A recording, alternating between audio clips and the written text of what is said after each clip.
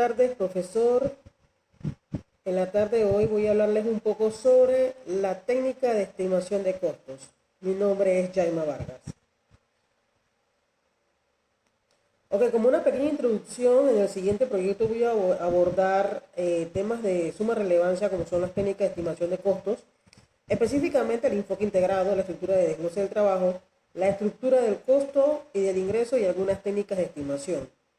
Porque, en definitiva, estos son temas de gran relevancia en cuanto a que nos brinda información clara y contundente para poder así tomar decisiones efectivas en las organizaciones. Como una pequeña tabla de contenido voy a abordar entonces el enfoque integrado, la estructura de desglose del trabajo, la estructura del costo y el ingreso y las técnicas de estimación. Ok, hablándoles un poco sobre el enfoque integrado, estas se clasifican en tres, que sería la estructura de desglose de trabajo, la estructura del costo, del ingreso y del costo y las técnicas de estimación. Cuando hablamos de la estructura de desglose de trabajo, esta es una técnica para definir en forma explícita los elementos de trabajo de un proyecto y sus interrelaciones con niveles de detalle sucesivos. Cuando hablamos de la estructura del costo y el ingreso, se hace la delineación de las categorías de costo e ingreso para las estimaciones de los flujos de efectivo en cada nivel. Y cuando hablamos de técnicas de estimación, se usan modelos alternativos, modelos matemáticos seleccionados para estimar los costos e ingresos futuros durante el periodo de análisis. Estos tres componentes básicos, junto con las etapas integradoras del procedimiento, proporcionan un enfoque organizado para desarrollar los flujos de efectivo de las alternativas. Para estimar los costos e ingresos futuros de una alternativa, se debe establecer la perspectiva del flujo de efectivo y definir una línea de base de estimación y periodo de análisis. Es normal que los flujos de efectivo se desarrollen desde el punto de vista del propietario. El flujo neto de efectivo de una alternativa representa aquello que se supone va a ocurrir a los ingresos y costos futuros desde la perspectiva que se esté empleando. Por lo tanto, los cambios estimados en los ingresos y costos asociados con una alternativa tienen que ser relacionados a una línea de base que se use en forma de consistente para todas las alternativas que estén comparando. Ok, el primer método es el enfoque de ingresos y costos totales, es decir, en el conjunto de alternativas se incluye de manera explícita la alternativa del no cambio y se estiman los ingresos y los costos totales para ella. Así cuando se usa el enfoque de la línea en base del costo e ingresos totales al flujo neto de efectivo para la alternativa al de no cambiar representa los ingresos y los costos proyectados de la operación o situación actual.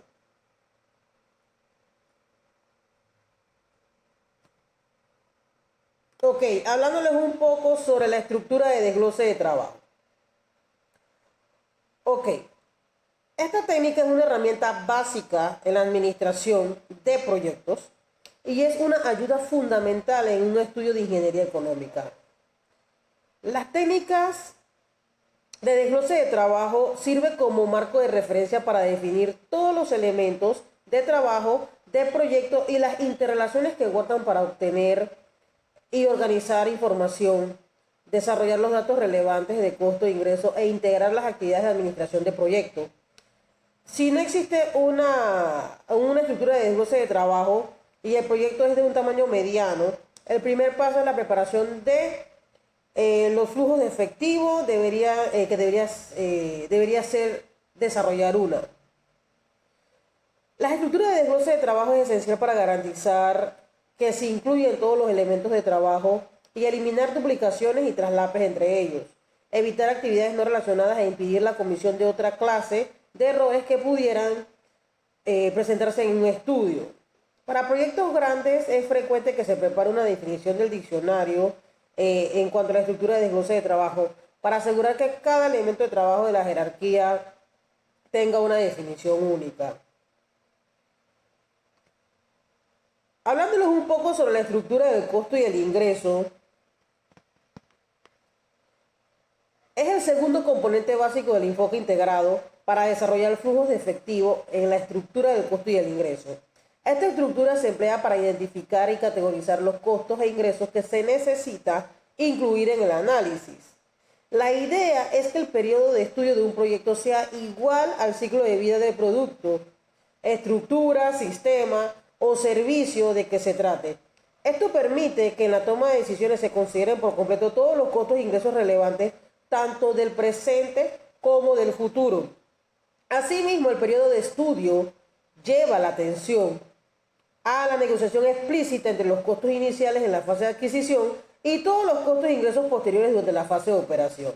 Sin embargo, la exactitud de las estimaciones y de costos e ingresos disminuye con el incremento de la duración del periodo de estudio, y con la prolongación de dicho periodo también aumenta el esfuerzo que se requiere para desarrollar los flujos de efectivo. Entonces, la selección de un horizonte de tiempo para el estudio debe hacerse con el equilibrio de estos factores y con el objetivo de brindar una base firme para la toma de decisiones. Como se dijo antes, se requiere de un buen criterio basado en la situación de la decisión específica para determinar el periodo de estudio y así decidir hasta dónde considerar el futuro para estimar los costos e ingresos en un estudio de ingeniería económica. Dicho criterio también debe ponderar cuáles elementos de costo e ingresos son los más importantes y merecen una atención más detallada, y cuáles otros así evaluarán de manera incorrecta, no producirían cambios significativos en los flujos de efectivos estimados. Ok, hablándonos un poco sobre las técnicas de estimación, el tercer componente básico del enfoque integrado comprende técnicas de estimación. Estas técnicas, junto con los datos detallados de costo e ingreso, se utilizan para desarrollar estimaciones de flujo de efectivo individuales y de flujo neto de efectivo de cada alternativa. El propósito de las estimaciones es desarrollar proyecciones de flujo de efectivo, no generar datos exactos acerca del futuro, lo cual es prácticamente imposible. No es de esperarse que una estimación preliminar u otra final sea exacta. En vez de ello, debe adaptarse en forma adecuada a la que se necesite a un costo razonable, y es frecuente que tenga una presentación en forma de rango de números. Las estimaciones de costo e ingreso se clasifican como sigue de acuerdo con el detalle, exactitud y uso que se pretenda darles. Estas las podemos clasificar en tres, que son sumamente importantes en lo que es las técnicas de estimación. Y serían entonces las estimaciones del orden de magnitud, que se usan en la etapa de planeación y evaluación inicial de un proyecto. También tenemos lo que serían las estimaciones de semidetalle o presupuesto. Estas se emplean en la etapa de diseño preliminar o conceptual de un proyecto. Y también tenemos entonces lo que serían las estimaciones definitivas. Estas se utilizan en la etapa de ingeniería, detalle o construcción de un proyecto.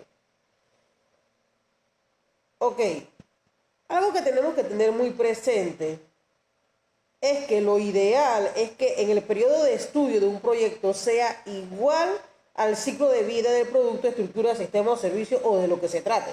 Esto permite que en la forma de decisiones se consideren por completo todos los costos e ingresos relevantes, tanto del presente como del futuro. Ok, entonces, como una conclusión final, puedo decir que los modelos de estimación que se estudian en esta sección son aplicables para obtener estimaciones de orden de magnitud y para muchas de semidetalle o presupuesto.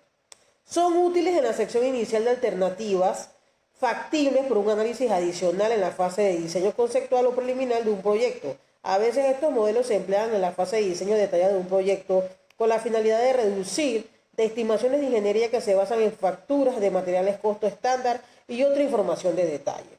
Así que bueno, profesores, espero que les haya gustado esta intervención, así que muchas gracias.